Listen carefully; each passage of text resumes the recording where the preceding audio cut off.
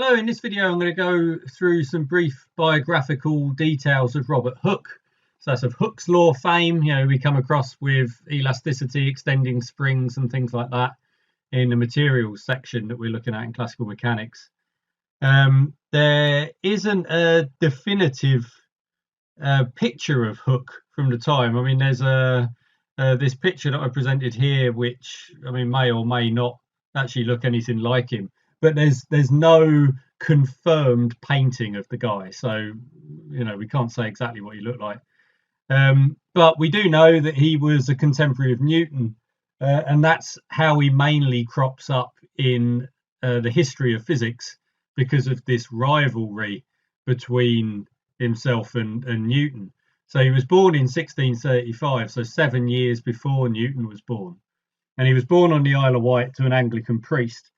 But from an early age, Hooke was very hands-on with his approach to the world. He was always sketching stuff, building stuff, dismantling stuff.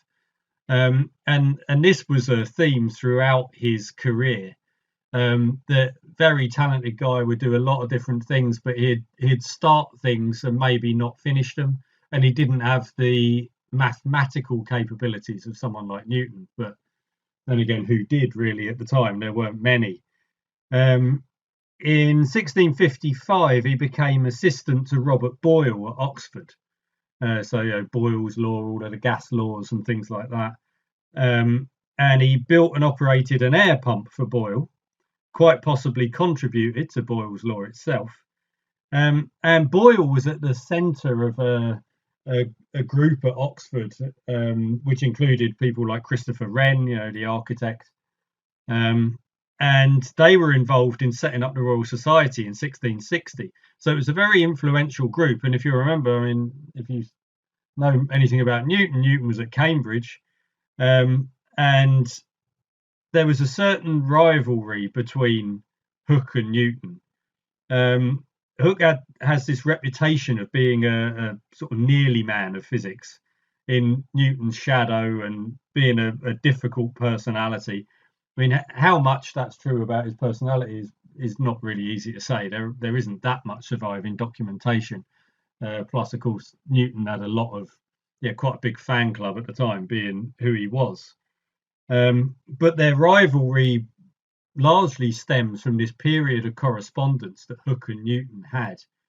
And Hooke then claimed that the idea that Newton had of the inverse square law of gravity, that he then put into the Principia and such like, and built most of his reputation on. Hooke claims that Newton either took this from him, from this correspondence, or at least was heavily influenced by the correspondence and didn't give him any credit. Again, we'll never know the truth on this. But I think possibly the most enlightening thing about it is, even if Hooke did have a similar idea, he didn't follow it through. He didn't, he might have glimpsed something in terms of how gravity was working, but he didn't formulate it in the way that Newton did.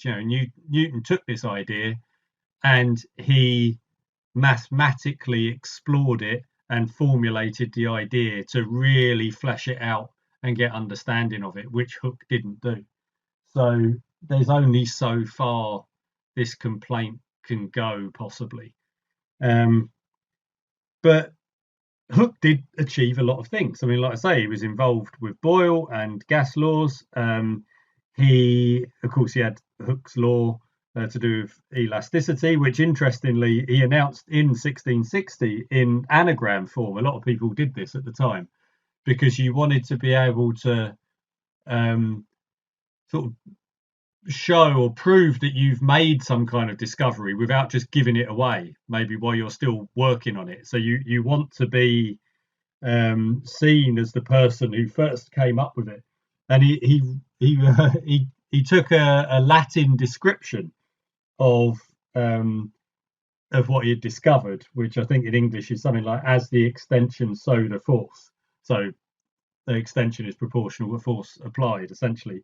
He wrote this in Latin, which I don't know Latin particularly myself, but it comes out at something like this. If I just write it out on on the screen here.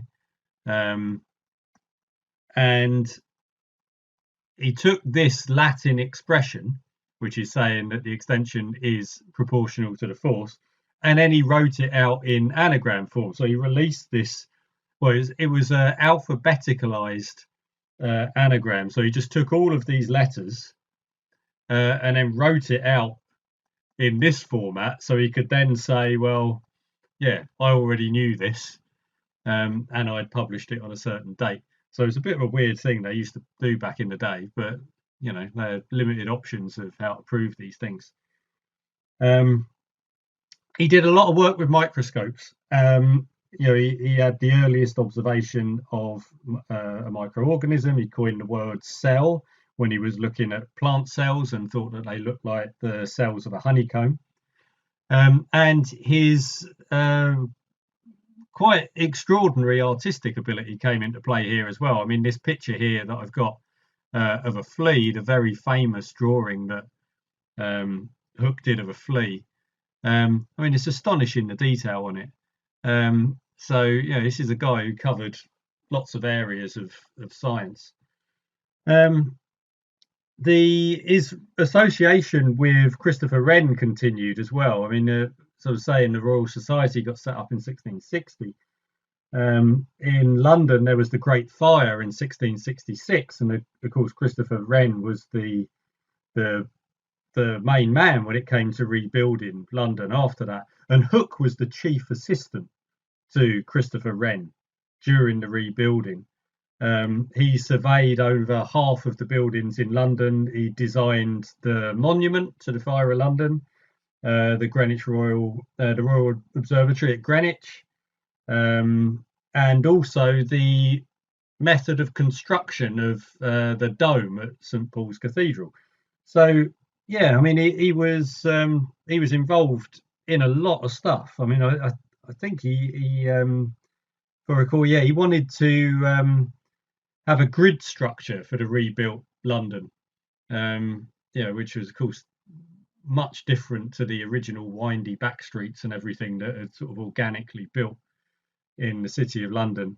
I mean, that got rejected, but I mean, it was, you know, grid structures got used in a lot of places, you know, Paris, Liverpool, obviously the US have got a lot of cities built on grid structures.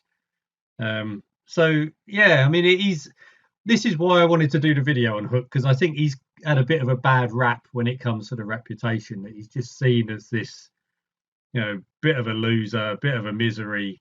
Okay, he came up with Hooke's law, but everything else, he was just slightly behind on everything. But I think he's got a lot more to be said for him than that.